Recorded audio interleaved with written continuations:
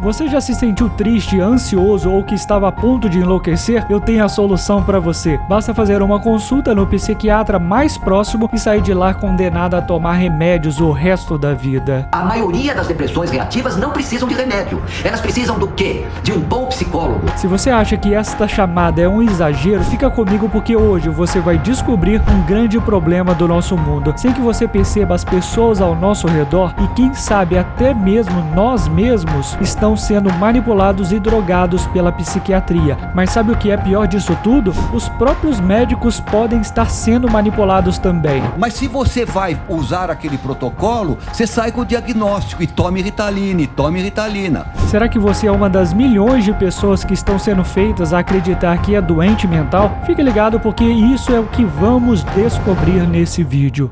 O experimento de Rosenhan.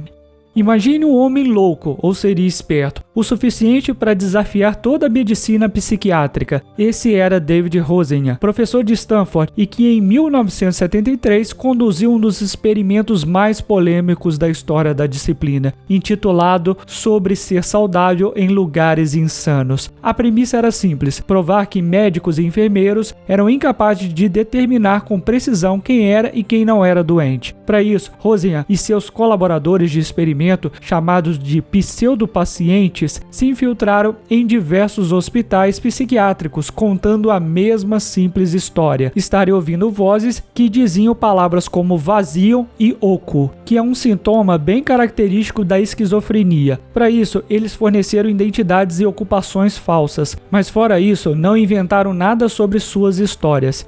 Vale lembrar que nenhum deles tinha qualquer histórico de doenças mentais. Todos eram e estavam completamente saudáveis. Por saberem muito bem o que estavam fazendo, todos eles foram admitidos nesses hospitais com diagnósticos de esquizofrenia, sendo prescritos algumas baterias de exames e o primeiro coquetel de antipsicóticos e antidepressivos. Ao longo de suas estadias, que variaram entre 7 e 52 dias, todos eles pararam de relatar quaisquer sintomas de esquizofrenia assim que entraram nos hospitais. No entanto, todos eles continuaram internados. E sabe o mais interessante disso? Em alguns casos, ações normais como escrever em um diário começaram a ser interpretadas da ótica da psiquiatria, com enfermeiros e estagiários tomando notas sobre eles como se estivesse agindo de maneira estranha. A revelação chocante desse experimento foi o fato de que em nenhum dos casos a equipe médica desconfiou de que os pacientes estavam fraudando o sistema. Na verdade, não houve sequer casos de suspeita. Os únicos que pareciam saber que havia algo de errado acontecendo eram os demais pacientes das clínicas, que sempre apontavam os pseudopacientes como infiltrados, especulando que provavelmente eram jornalistas ou pesquisadores infiltrados. Com isso, o experimento revelou uma verdade assustadora. Uma vez etiquetado como doente mental, cada comportamento do paciente é interpretado como um sintoma de uma doença. Tudo gira em torno da patologia. Com essa conclusão, Rosenhan questionou a validade dos diagnósticos psiquiátricos, sugerindo que sintomas e sinais nada mais seriam que fruto dessa tendência, carregada de consultório em consultório, médico em médico. O impacto foi imediato e devastador para a comunidade científica. Muitos elogiaram o estudo, o tratamento como necessário para mostrar as falhas da medicina mental e encontrar uma forma de melhorá-la. No entanto, também houve críticos que atacaram o experimento, o chamando de pseudociência e criticando seus métodos. Independente do resultado, ele revelou que psiquiatras formados conseguiram ser enganados por pessoas orientadas por um terceiro a simular sintomas. Se essas pessoas que estudaram por anos conseguem ser enganadas, será que elas são realmente capazes de oferecer diagnósticos confiáveis? Será que não estamos classificando pessoas saudáveis como mentalmente doentes? Fica comigo porque é isso que vamos descobrir. Quando ser normal se torna uma anormalidade. Nas últimas décadas, uma tendência alarmante tem tomado conta da psiquiatria, uma explosão no número de diagnósticos de transtornos mentais em todo o mundo, sem escolher raça, gênero, país ou classe social. Todos parecem estar ficando mais doentes. Sabe aquela história que seu tio conta nos almoços de família de que há alguns anos não se ouvia falar em autismo, TDAH e depressão? Pois é, embora tal frase seja fruto de uma opinião ignorante, parece haver certa verdade nela, já que há até mesmo especialistas e psiquiatras renomados que concordam com isso. Será que realmente estamos enfrentando uma epidemia de transtornos mentais ou será que estaríamos simplesmente assistindo uma epidemia de diagnósticos? Abre aspas, de acordo com a Associação Americana de Psiquiatria, 5% das crianças têm TDAH, mas 15% delas estão sendo diagnosticadas, fecha aspas. Existem dados dos Estados Unidos que sugerem que quase metade da população americana poderiam ser considerada mentalmente doente. Aqui no Brasil, há estudos que sugerem que esse valor pode chegar a 86% da população, ou seja, seria conviver quase que exclusivamente com pessoas doentes. Esses dados levantam uma questão crucial. Será que não estamos nos diagnosticando demais? Será que essa paranoia com doenças mentais não está levando que problemas cotidianos sejam classificados como desordens? Pegue, por exemplo, as escolas, onde dificuldades no aprendizado infantil estão sendo frequentemente interpretados como transtorno de déficit de atenção e hiperatividade, ignorando questões mais amplas como políticas educacionais falhas e a baixa qualidade geral das escolas e do ambiente. E não pense que esse fenômeno se limita às crianças e às escolas. O que se percebe é uma generalização desse comportamento. Outro exemplo que pode ser citado é o diagnóstico de depressão em momentos de dor intensa, mas temporária, como a perda de um ente querido ou algum acontecimento traumático. Embora haja sim um desequilíbrio temporário no psicológico da pessoa, é uma situação que tenderia a se resolver sozinha com o tempo, mas que à luz da psiquiatria moderna se torna uma patologia a ser medicada, causando dependência de remédios para o resto da vida. Mas então, estamos sendo manipulados e induzidos ao vício em remédios por psicólogos e psiquiatras corruptos? Não exatamente. Embora essa possa parecer a conclusão mais óbvia, o problema é mais complexo e sensível do que isso. Acontece que a medicina da mente é uma área mais recente e ainda muito inexplorada, e por isso não existe consenso sobre como certas doenças devem ser tratadas e nem como devem ser identificadas. E agora nós vamos começar a entender esse enigma. Mas antes de continuarmos, está gostando do vídeo e curte histórias de empreendedorismo, negócios de sucesso e investigações como esta? Então se inscreva no nosso canal para acompanhar nossos vídeos, compartilhe e deixe seu like para este vídeo informar ainda mais a população. Agora vamos continuar. Um mundo em vício.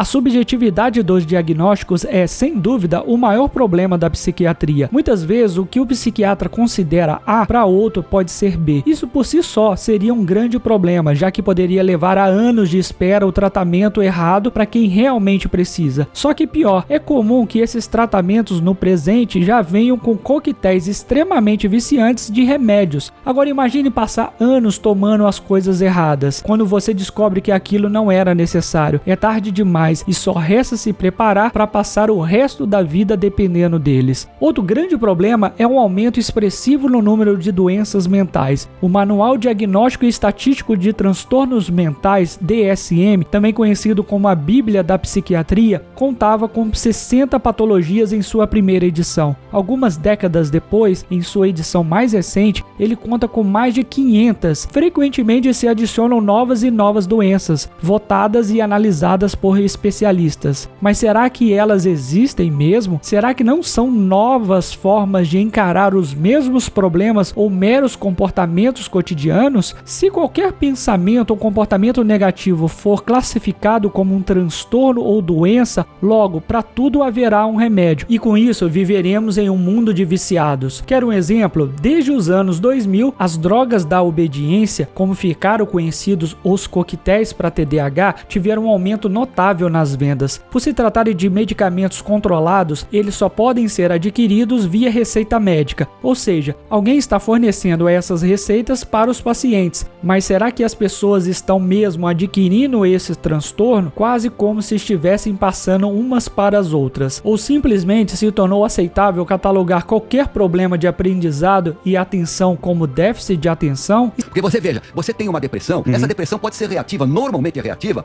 porque você tá triste, você brigou com a namorada, Ambiente, né? Estilo de vida. Você tá sem dinheiro no bolso para pagar as contas, etc. Então isso não precisa de remédio. O remédio seria uma camisa de força química, que não vai resolver o seu problema. Se a dependência química não fosse um problema grande por si só, há ainda outro problema que deve ser levado em conta: os efeitos colaterais desses remédios desnecessários, que daí sim podem fazer surgir novos sintomas, que com uma nova ida ao psiquiatra podem ser interpretados como uma nova patologia, criando um ciclo vicioso de destruição da mente do paciente. Por exemplo, dentre os efeitos colaterais do tratamento para depressão podem surgir comportamentos maníacos. Se um paciente é diagnosticado erroneamente devido ao uso prolongado do remédio, ele pode acabar desenvolvendo bipolaridade, e há até mesmo os psiquiatras que defendem que o que esses remédios fazem é desmascarar patologias ocultas e não reconhecer que elas são causadas por diagnósticos errados e o uso indevido desses remédios. Claramente as consequências são seríssimas, e o pior disso tudo é que não há uma saída fácil, já que não há nenhum consenso nessa área da medicina. Múltiplos psiquiatras podem chegar a diferentes conclusões sobre o mesmo paciente. Mesmo aqueles que concordam sobre qual é o problema podem acabar receitando tratamentos e medicamentos diferentes, e ainda há também casos que transtornos diagnosticados podem desaparecer sem qualquer tratamento ou serem reavaliados depois de um tempo. É como dizer que cada um diz o que quer e sequer pode ser julgado como errado, já que não existe certo ou errado, apenas opiniões diferentes, e quem perde com isso é você. Abre aspas. Hoje já é quase impossível tratar um paciente sem que haja interferência, já que muitos chegam no consultório com histórico de uso de remédios e diagnósticos pré-concebidos. Fecha aspas. Quem diz isso é a psiquiatra Maria Aparecida Moisés, da Faculdade de Ciências Médicas da Unicamp. Segundo a doutora, que já atua há décadas, não foi difícil observar um aumento alarmante no uso de remédios prescritos, caracterizando dependência. Essa dependência é frequentemente resultado de um tratamento prolongado e não crítico, com substâncias poderosas, transformando o que era para ser uma solução em um problema ainda maior no longo prazo. Quem mais sofre com essa epidemia de diagnósticos e o uso indevido de remédios são os mais jovens, que já entram em idade escolar dependentes de remédios como a Ritalina. E sabe qual é o resultado disso? Maior tendência de migrarem para drogas mais fortes na vida adulta, sobretudo os opioides, como o fentanil, que alguns já descrevem como o maior problema de saúde pública da história dos Estados Unidos. Essa tendência começou lá em meados dos anos 2000, quando a comercialização de remédios controlados e opioides começou a aumentar drasticamente, o que foi acompanhado por um aumento igualmente substancial no marketing farmacêutico dessas substâncias. Ou seja, é a epidemia de diagnósticos levando a uma epidemia de medicamentos sem necessidade, transformando todos em viciados. No início dos anos 2000, se eu não me engano, era um caso de autismo para cada 10 mil, né? Hoje é um caso de autismo para cada 36. Este fenômeno é, em parte, resultado de intensas campanhas de marketing e de influência junto a profissionais da saúde, que são incentivados a prescrever novos e caros medicamentos. Tais práticas aumentam a dependência dos pacientes em soluções farmacológicas, que muitas vezes são apresentadas como a primeira e mais rápida opção para o tratamento de distúrbios mentais, gerando um ciclo de consumo que favorece o aumento constante dos lucros das farmacêuticas. Mas por fim, como vimos, nem dá para simplesmente empurrar a culpa para as farmacêuticas. O que acontece é que a própria psiquiatria parece estar em crise. Não existe consenso nem sobre o que é uma doença mental, quem dera como tratá-la. No fim, embora a medicina tenha avançado muito, o sensacionalismo e a histeria parecem ter se tornado as maiores doenças, vírus tão fortes que nem mesmo os médicos mais capacitados parecem ser capazes de tratar. Ao invés de curarmos doenças, estamos apenas as tratando e no processo nos tornando zumbis dependentes de remédios para tudo, comer, dormir e até mesmo acordar. Mas quem está ganhando com isso tudo? Eu preparei um vídeo que você pode clicar aqui ao lado, aparecendo em sua tela, que vai te levar a entender como as empresas farmacêuticas lucram bilhões com o uso indevido e crônico de medicamentos, que é exatamente o que está acontecendo aqui. Clique no vídeo e até mais.